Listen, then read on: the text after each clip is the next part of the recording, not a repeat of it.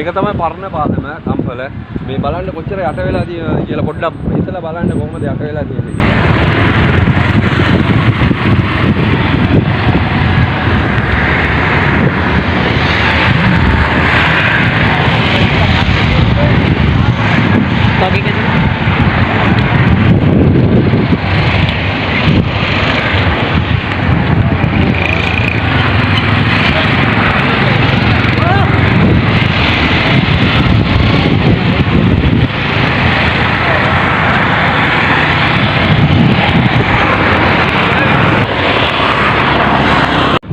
මේ ගඟ හරියේ මෙච්චර වතුර පාරක් එනවා කියන්නේ ගම්පල මුළු ටවුන් එකට මොනවා වෙලාද ඇද්ද කියලා පොඩ්ඩක් හිතලා බලන්නයි ඕනේ. ඒකයි කියන්නේ.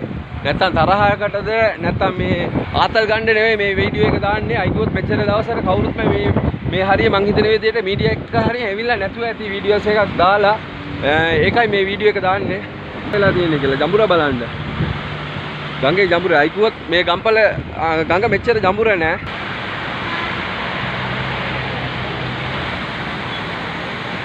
පේනවනේ කොහොමද ගම්පල යට වෙලා තියෙන්නේ කියලා.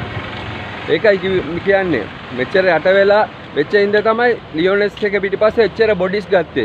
ඒ කියන්නේ ගම්පල දැන් සාමාන්‍ය මිනිස්සු සෑහෙන අනාථ වෙලා තියෙනවා කවුන්ට් කරලවත් නෑ මෙච්චර දවසට. ඒ කියන්නේ දැන් දවස් 6ක් වගේ එනවනේ. තාම කවුන්ට් එකක් හරින් දීලා නෑ.